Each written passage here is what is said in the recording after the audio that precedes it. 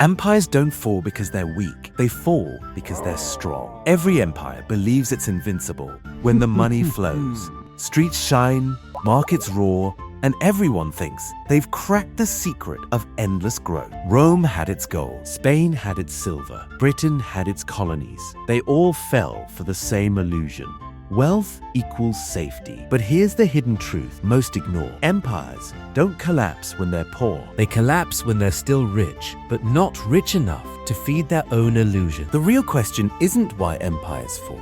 It's why they fall at their strongest. And if history repeats itself, which empire will be next? To understand why empires go broke, well, we have to start from the very beginning, when everything still looks perfectly splendid. Because, you see, every downfall starts the same way, with a success that feels far too good to question. Every empire feels safest right before it starts to fall. Money doesn't just buy power, it buys comfort.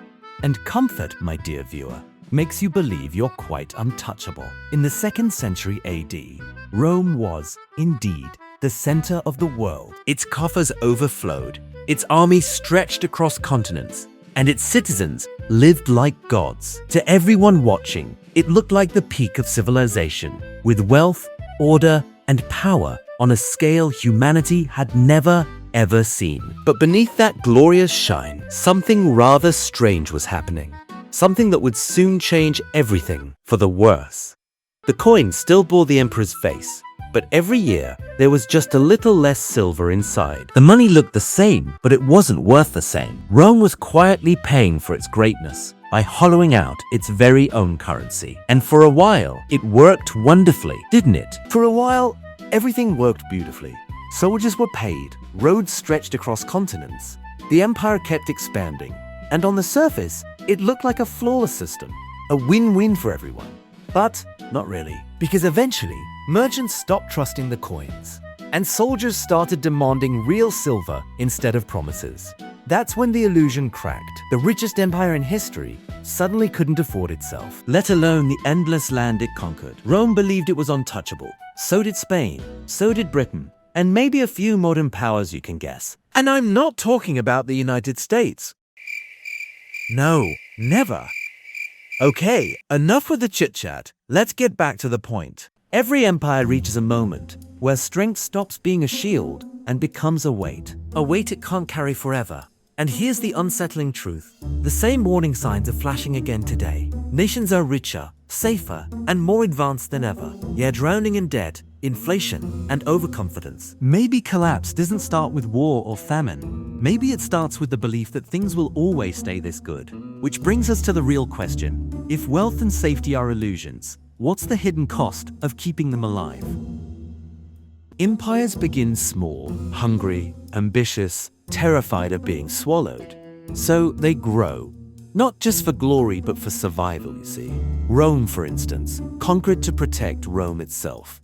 Each new province, it brought grain, gold, and manpower.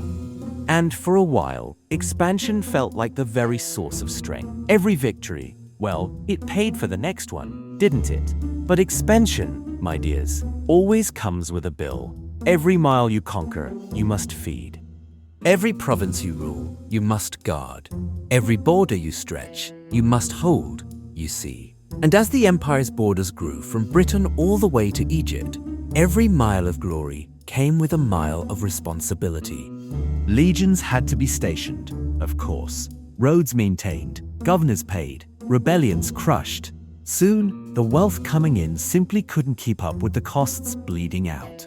At first, plunder covers everything. Then the plunder slows. Then the taxes aren't enough. Then the debt grows. Oh dear. And finally, the illusion begins. Coins get thinner. Silver content drops. Value shrinks. Rome kept conquering just to afford what it already owned. Like a business opening new branches just to pay last month's rent. And this is the paradox of power. Growth feels like safety. But the more you own, the more it owns you back. It happened to Rome. It happened to Spain, to Britain. And today you can see the same pressure stretching across the world. Once an empire starts depending on illusion, comfort sets in. And comfort is the beginning of decay. In the early years, every coin was earned through invention, conquest, or hard work. But as wealth piles up, the system goes on autopilot. Elites collect taxes instead of taking risks. Bureaucrats replace builders. People believe the machine will run forever because it always has. Productivity slows. Innovation fades. Factories stay open, but fewer people care what they're producing. The empire looks busy, but it's motion without progress. Meanwhile, younger nations do what the empire no longer can: build faster, innovate quicker, move hungrier. By the time the cracks finally show, it's already too late. On the outside, everything still looks normal. Soldiers march, governors collect taxes, markets open every morning. But inside the coffers, the truth is very different. Rome still had prestige, armies, and roads, but its economy had been collapsing for decades. Spain looked powerful, while drowning in debt. Britain looked invincible, while borrowing to protect colonies it could no longer afford. And today, even the world's strongest economies run on deficits, printing, and faith.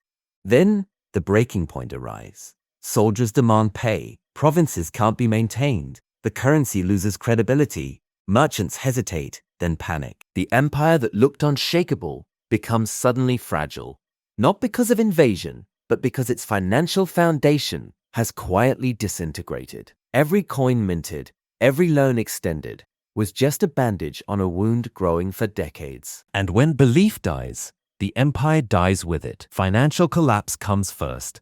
Political collapse comes later. Rome didn't fall in a day. It fell because it could no longer afford itself.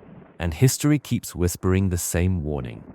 The richer and more confident an empire appears, the deeper the trap can hide. So now the question is yours, dear viewer. Could the same thing be happening today? Could the world's strongest powers, the ones we trust, admire and rely on, be walking the same path as the empires before them?